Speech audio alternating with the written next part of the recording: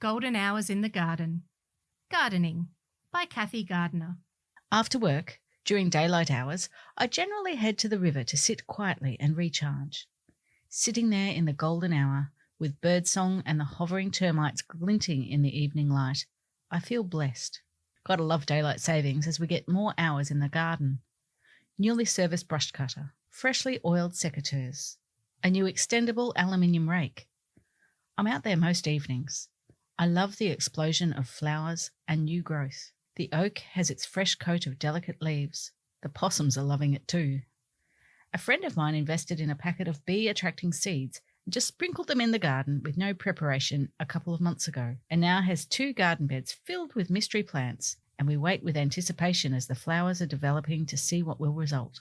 Coriander, with its delicate tiny white flowers, is a major component of the seeds, and the bees love it. And there are lots of packets of bee and beneficial insect-attracting flower seeds available. From mixed seeds to yellow billy buttons, poppies and daisies. 1 gram of these packets usually comprises 700 to 800 seeds, and you can use 2 to 3 grams per square metre of garden. Try not to overseed, as they grow quickly and will swamp a garden, competing for light, water and nutrients. They are best sown in autumn and spring, so if you get onto it now, you may still have success. This method of planting is good for large gardens and or busy gardeners. My lavender, verbena, daisies and salvias, for example, are always self-seeding in the gravel paths. In saying that, though, I am a sucker for buying plants off Facebook Marketplace, often freshly dug from private gardens. This year I've gone a little bit silly over the ever-dependable bearded irises and rock orchids.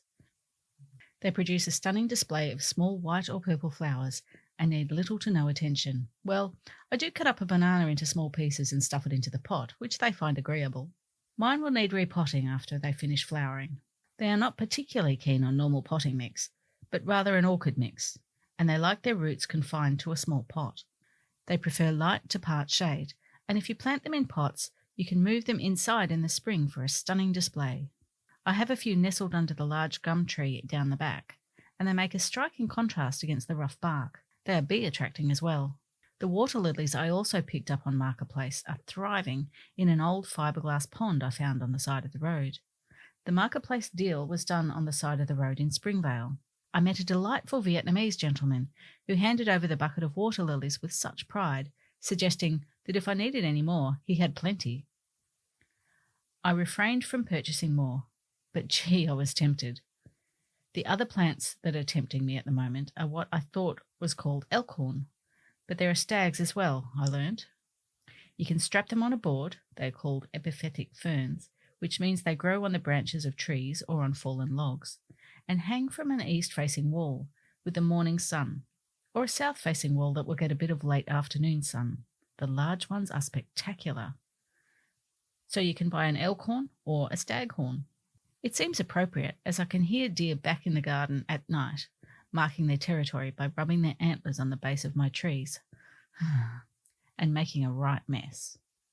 The easiest way to identify whether a fern is an elk or a stag is that elkhorns have many plants growing together in a group and they have smaller, slender fronds, whereas staghorns tend to grow as larger individuals and have a single, large, shield-like frond at the front that collects water. The mature-age staghorns are very impressive and can grow to a couple of metres in width. Remember, as they grow bigger, you will probably have to secure them to larger boards and make sure they are secure, as they become quite weighty. Well, staghorn is on my to-do list for November, but maybe I won't get to it until next year.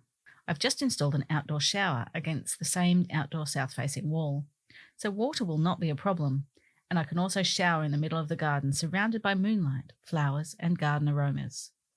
Wandering along the river recently, I noticed the yellow native flowering plants seem to be erupting out of the native grasses. Try to plant these easy care plants in your Warrandyte garden too. They just naturally look good and will reward you year after year. Walk by the river whenever you can. Respect where you live. But, I whisper, keep it secret. Keep it safe. This article was read by Rebecca Rose, Sandy Miller.